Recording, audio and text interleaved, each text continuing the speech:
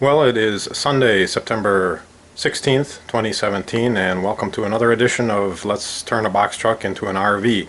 Today we're going to give you an update on the sink base cabinet I'm working on. This is one of 6 cabinets, and this is the most complicated cabinet I've ever built in my life. I'm not a professional cabinet builder by any means, but I have built a few cabinets. So as you can see, the face frame is done, and I'm starting to build the other pieces of this cabinet. The face frame's few things of interest is this comes over by the bed. The mattress is right here, and there's going to be a little ledge here, so this will butt up against the furnace sidewall. There's going to be a little top here, and then this will be exposed.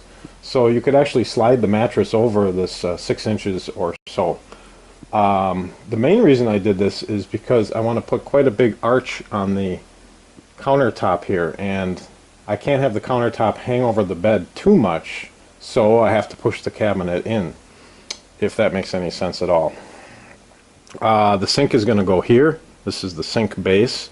There'll be 2 doors. I plan on putting in flush doors. I'll make current plan is for oak panel doors that will be flush with the surface, and I ordered some cast iron hinges, black, they're called H hinges, that I think will add a little accent, a little interest.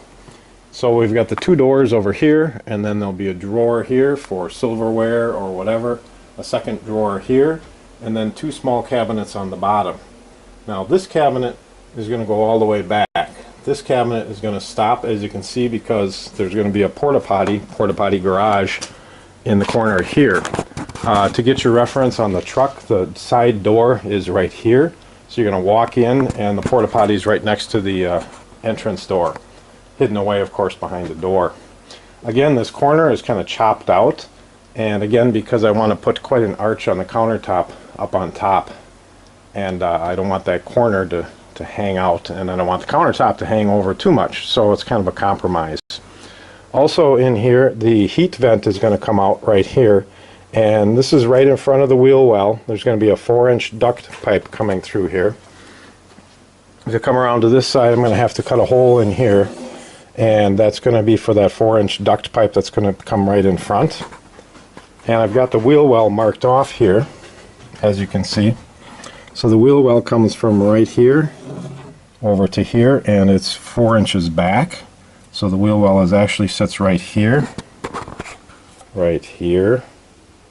and it'll be just underneath the floor of this cabinet, with this cavity up front for the ductwork to come through.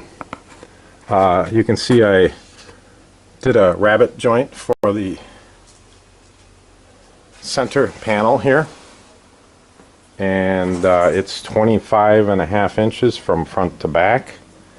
And this one, I've got it raised up. I actually cut this one too tall, so I'm going to have to cut this shorter, because it has to be raised up, because as you can see, it actually goes over the wheel well, so it could not go down if it wanted to.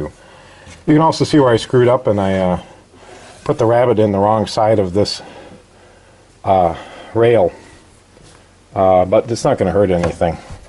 And I put these rabbets in after I assembled the face frame.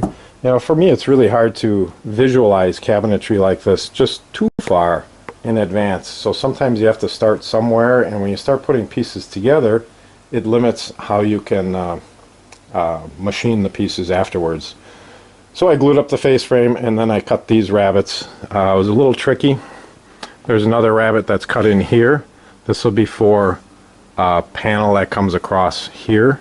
There's going to have to be basically a ceiling to this porta potty garage right here, so that the drawers can come into this area.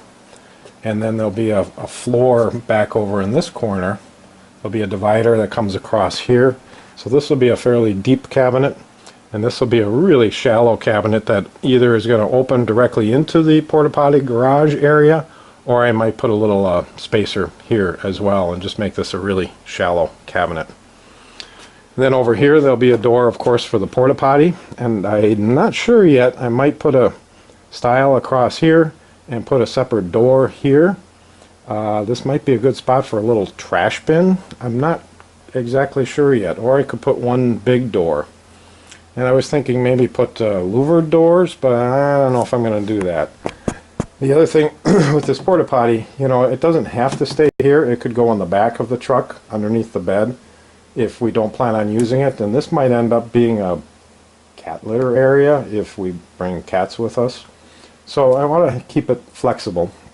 There is no stile that runs across the bottom. This goes right down to the floor so that the porta potty or cat litter box can get pulled right in and out. So this door is going to have to come right down to the floor. And I've got the other rail for the other side. What does it say there? Porta potty rail, left side. So this is going to go over here like so. None of this stuff is really assembled yet. It's just kind of sitting here loose. As you can see, I've got biscuit joints in here. I like to use biscuit joints to join cabinetry like this. These are 2-inch biscuit joints. You can see I've got it marked off here, and I've got a biscuit in the top and a biscuit in the bottom, just to temporarily hold it in place so I can visualize it and start to get the whole full 3D effect of things. Eventually, obviously, I'll glue those biscuit joints together. I've tried to use pocket screws in the past for assembling. A lot of people use pocket screws. They're really popular, but they're just not my first choice. I also got to point out my screw up. You can see I put a biscuit in there, or a slot in there, and it wasn't until I started gluing it up that I realized I had measured 2 inches down the wrong way when I put that biscuit in. So, you know, it sucks when you got glue on everything and you realize you got something wrong. Did I dry assemble it? No, of course not. So while I was gluing it up, I had to kind of clean the glue off, get the biscuit joiner out, and put another joint in there. But this biscuit joiner is great. I've used it for a lot of projects, and I bought a big box of biscuits. They're sitting in that white box up there, number 2 biscuits, and I used quite a few of them for different projects.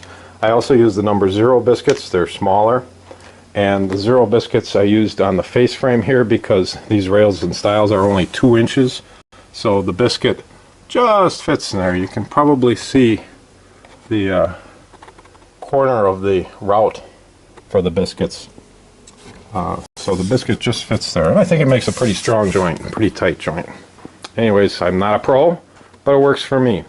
And like I said, this is the most complicated cabinet I've ever put together. It's just got so many weird things with the wheel well and the vent and the porta potty, and it's been a long process in the making. I started laying it out here actually.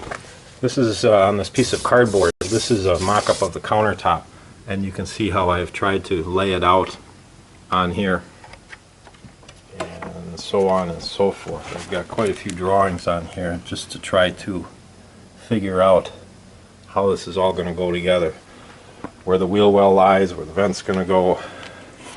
And then I've got another cabinet started here.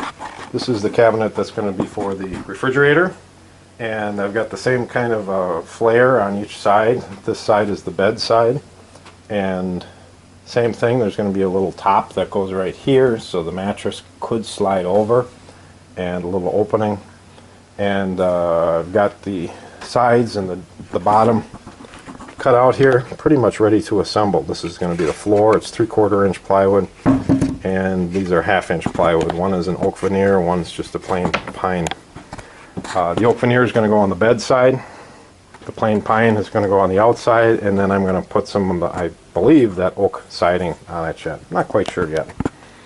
Again, the base is about 5.5 inches high because it's right in front of the wheel well. This too has to clear the wheel well, and it's going to sit just in front of the wheel well.